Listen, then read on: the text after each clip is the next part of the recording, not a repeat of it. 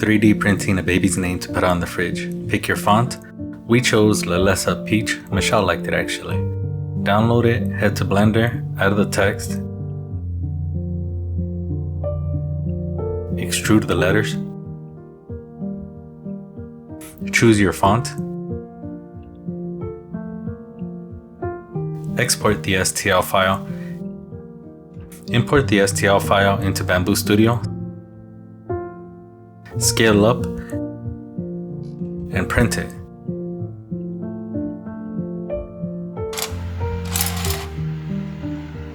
Add magnets to the back, and voila!